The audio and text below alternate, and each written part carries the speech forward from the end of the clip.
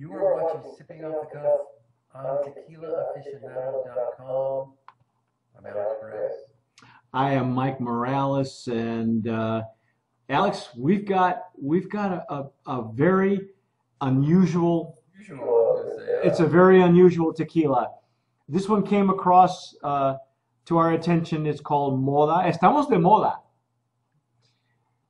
That's a saying, like moda is to be trendy, fashion. It's what's in fashion.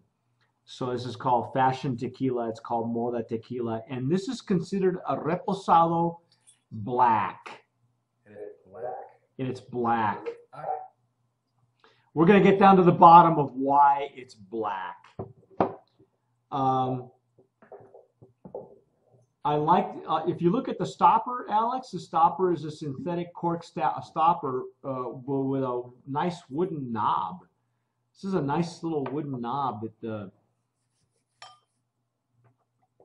you smell any? Nice. You smell any barrel?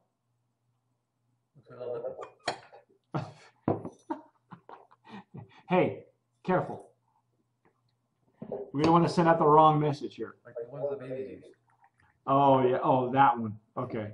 I thought maybe you were insulting. I thought maybe you were insulting my nipples, but I don't know where he heads at. yeah. Anyway, okay. This is about the darkest tequila I've seen in a while. It kind of reminds me. It looks like Jägermeister. Yes. I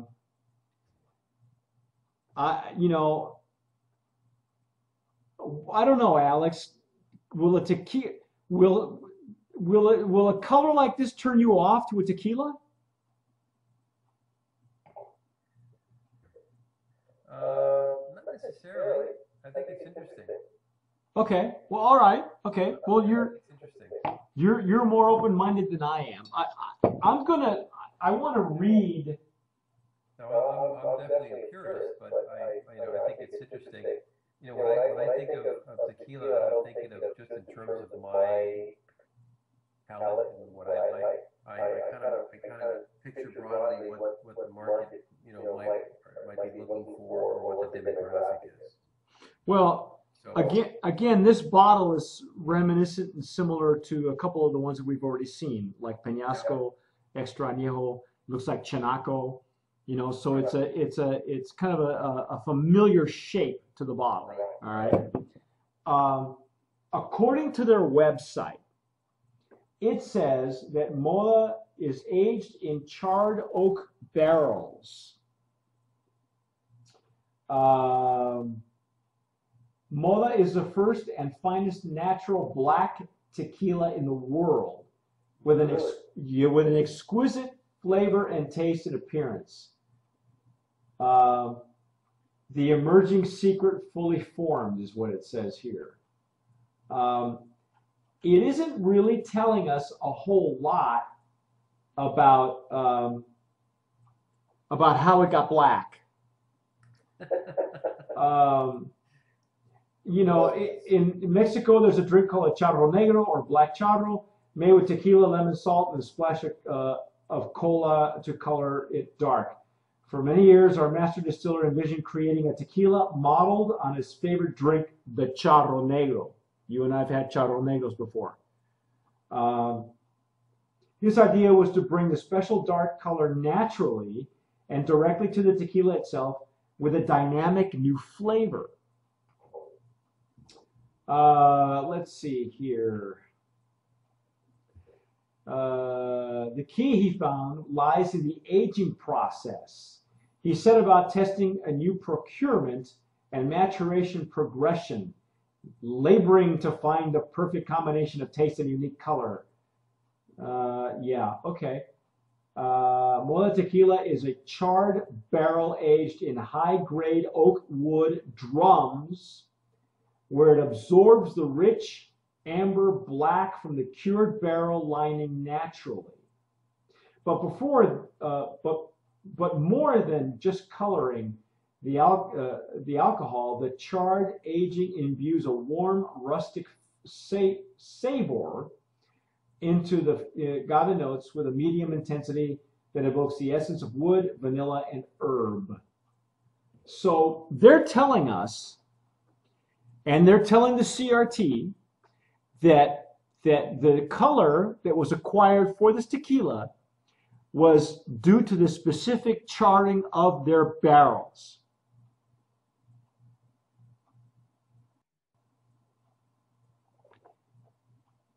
Who are we to question the CRT? Right? Okay, here we go. Whoa! Whoa, holy cow. I do smell a lot of wood in there. Yeah. Almost the char in there. A lot of char, maybe some smoke, Yeah. you know? Yeah, charred wood, almost, actually pine. I could smell pine in there. Well, it's not telling us specifically what kind of barrel that is, so, you know. Pine or sap, kind of like, sappy, green smell. Interesting. Kind of like California after a forest fire. I mean, yeah, I don't know.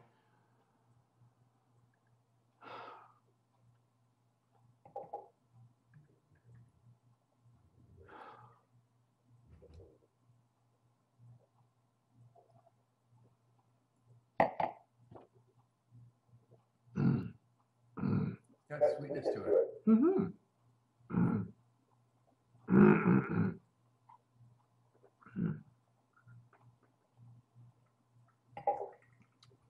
I get tequila on the retronasal. The agave comes out. The agave comes through. Yeah. In all fairness, just for the sake of transparency, I have had this tequila. You can see I've had about half of the bottle. I'm one of those guys that likes to leave my Riedel glass and let it sit overnight. Because if I'm not exactly sure what it is that I'm getting, sometimes the next morning, whatever clings to the glass, I can still smell, whether it's barrel, whether it's an additive. And I will be honest, you let this sit in your glass overnight, empty glass, you're going to get a lot of honey notes. And I'm talking about dulce dorado type of honey notes. You remember that we did dulce dorado, it was a really strong, aggressive honey. You don't smell it here. You don't get it right here. You will get it the day after. And you will smell it in your glass. I smell the honey.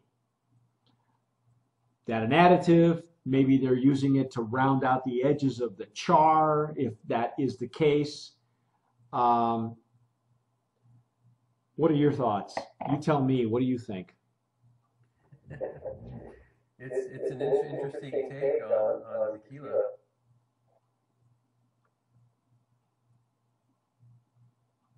I've never had anything like this before. Me neither.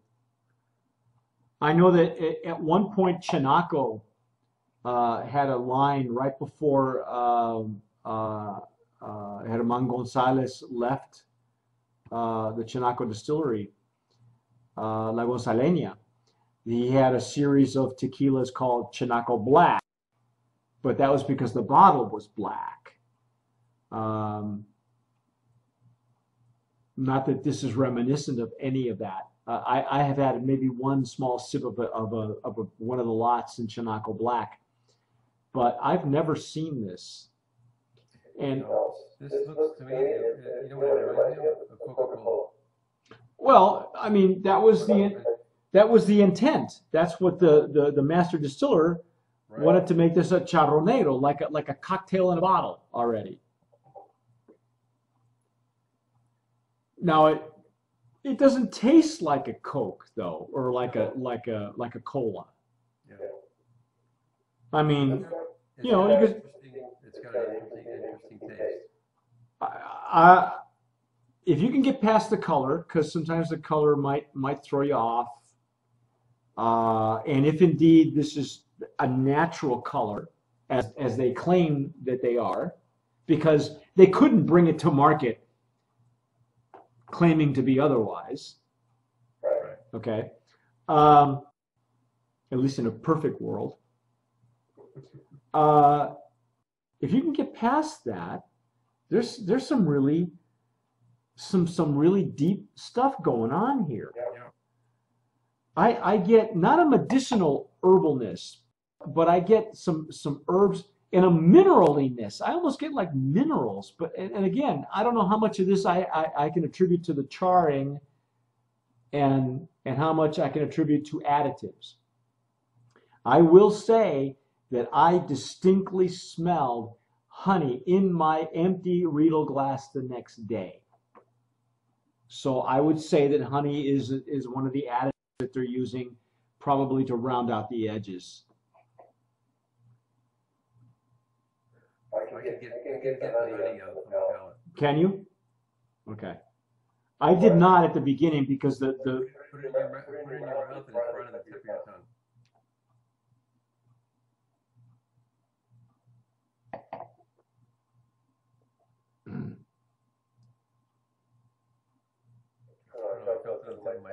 So the purposes of the honey would be because if this is indeed a charred reposado, then it would be bitter, correct?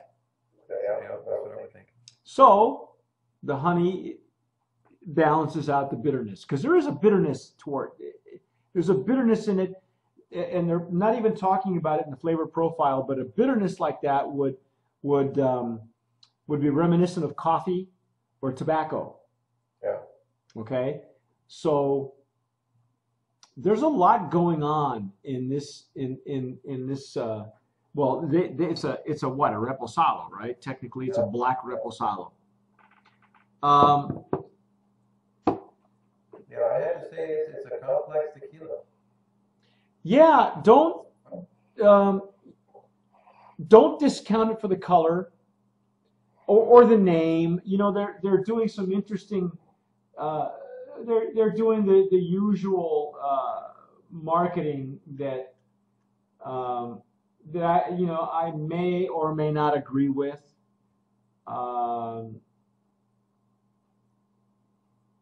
Is it elegant? I mean, they're showing it in a shot glass. I would rather show it in a glass like this or a snifter, right? In a snifter or a glass like this, they would be elegant because Yeah. of the color probably. He wanted a charro negro. Charro negro is by virtue of using a cola would be on the sweet side. Right. Yeah, there is sweetness in here. This would be an unusual reposado for this market. I don't know, Alex. I don't know.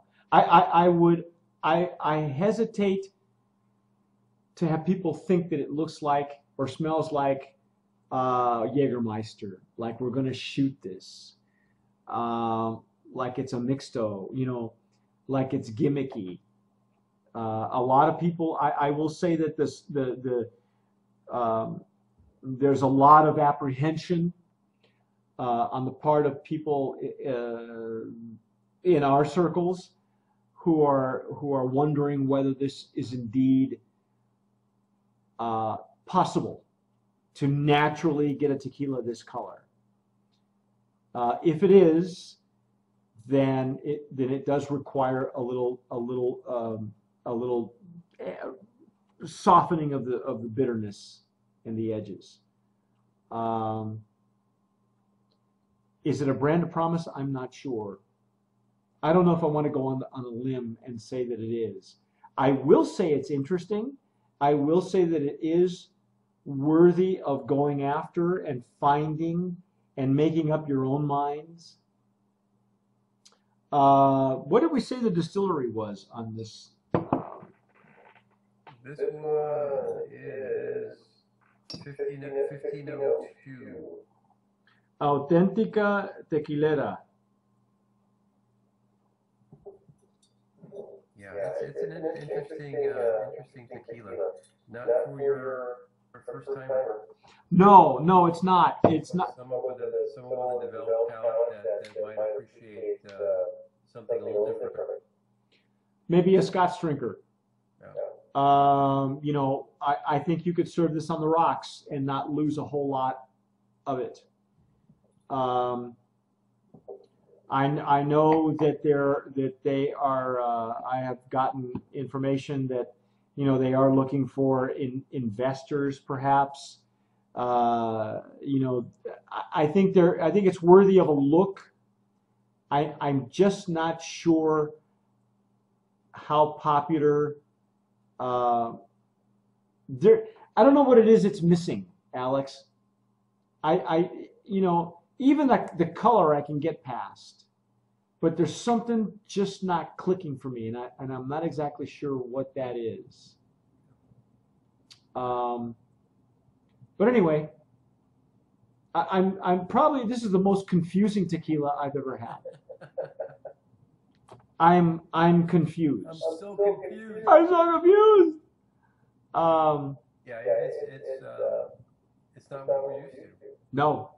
In terms of color, in terms of bouquet, in terms of taste. It's if you were to judge this blindly, you wonder what the heck is this really? Yeah. Because what the different tequilas, the different expressions are supposed to taste like, and then the variations in between. So this is just off the chart as to what it is. Yeah, it's I mean, there's no other category for it. It had to be called a reposado because you couldn't call it a joven, you couldn't call it anything else because of their process. Right. I think it's a worthy taste, though. Oh yeah, most definitely. I think it's a worthy taste. It's worth having in your library.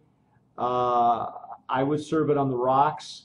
Definitely, if you're one of those like geeks like us, when you're done with your glass, let it sit overnight and tell me what else you're pulling out of it, because you really almost primarily what I got was honey.